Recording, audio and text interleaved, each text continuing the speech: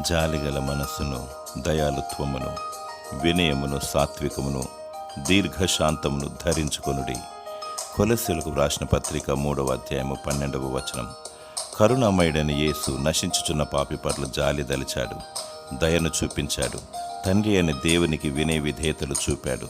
శిల్వ కార్యాన్ని జరిగించి విజయం పొందడానికి సాత్వికమును, దీర్ఘశాంతమును వహించాడు.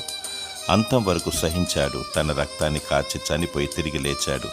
దైవ చిత్తాన్ని నెరవేర్చాడు. అంతము వరకు సహించువాడే రక్షింపబడును. నీవు వినయ విధేయతను కలిగి ఉంటే హెచ్చించబడతావు.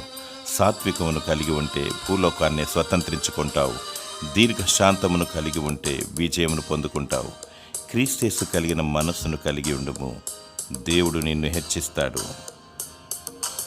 దేవుడు నీకు ఆత్మీయమైన విజయమును దయచే